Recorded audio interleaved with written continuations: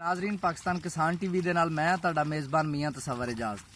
दोस्तों अगे एक हीरा मुतारफ करवाया सी तमाम दोस्तां नूं पूरे पंजाब दे विच बल्कि हर शहर दे विच जिहड़ा ना पाकिस्तान किसान टीवी दे नां तो 1847 PB 1847 दा सीड पहुंचिया और इंशाअल्लाह ताला हुण जिहड़ा एक सीड जिहड़ा ना नवां ला रहे हां इहनूं मैं हीरा नहीं इहदा नां शाहकार रखिया कि ਜਿਹੜੀਆਂ खूबियां 1847 ਦੇ ਵਿੱਚ ਸਨ ਉਹਨਾਂ खूबियां ਦੇ ਨਾਲ ਹੀ 20 ਦਿਨ ਘੱਟ ਟਾਈਮ ਲੈ ਕੇ ਪੱਕਣ ਵਾਲੀ ਵੈਰਾਈਟੀ।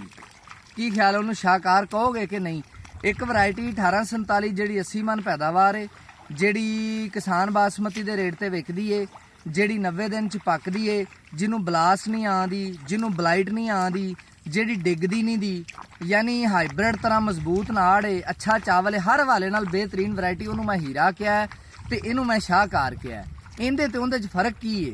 इंदे ते उंदे सिर्फ फर्क ये आ कि ये जिहड़ी वैरायटी शाहकार है ये वैरायटी जनाबे वाला एक तो ये 90 दिन की बजाय 80 दिनों के अंदर अंदर कटाई होगी। आलू वाले जिमीदारां लई एक खुशखबरी है कि एक फसल तुहाडी 80 दिन च तैयार हुंदी है तो तुहानू 10 तो 15 दिन मजीद टाइम मिल जाता जमीन की तैयारी लई और अच्छा टाइम मिल जाता और 10 तो 15 दिन के जोड़े आलू वाले काश्तकार ने समझते हैं कि 10 तो 15 दिन की कितनी कीमत है। ये वैरायटी जी ये भी उही खूबियां ने, यानी 80 इहदे ब्लास्ट नहीं आती, इहदे ब्लाइट नहीं आती, ये डिगदी नहीं, इहदा नाड़ मजबूत है, ठीक है। और उस तो इलावा जनाब वाला इहदी पैदावार उन्नी है, ठीक है। और उस तो बाद ये जनाब 80 दिनों के अंदर अंदर तैयार होंदी है।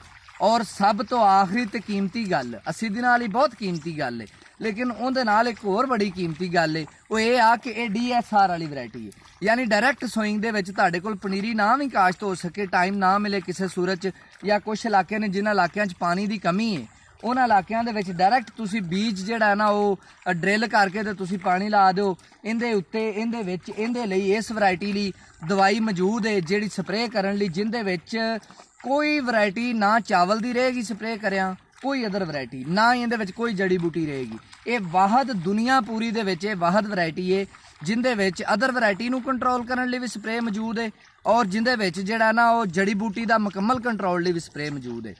तो इंशाअल्लाह ताला उन्होंने मैं हीरा कहा सी और हीरा साबित होया है। मजीद जिहड़ियां गल्लां उहदे बारे रह गईयां वो भी साबित हो जाणगियां। इनू मैं शाहकार कह रहा, इहदा नाम इंशाअल्लाह ताला मैं टैग लिख के लावांगा, इत्थे सैंपल प्लाट जिहड़ा ना उहदा टैग प्रॉपर लिख के लावांगा पाकिस्तान किसान टीवी के नाम तो, फिर उहदे उत्ते वैरायटी का नाम ही लिखांगा। तो इनू मैं शाहकार किया है और मैं समझना कि इंशाअल्लाह ताला ये उस हीरे नूं भी कटेगी और अपनी जगह आप बनाएगी। इहदे नाल इजाज़त दिओ। किसान जिंदाबाद, पाकिस्तान पई।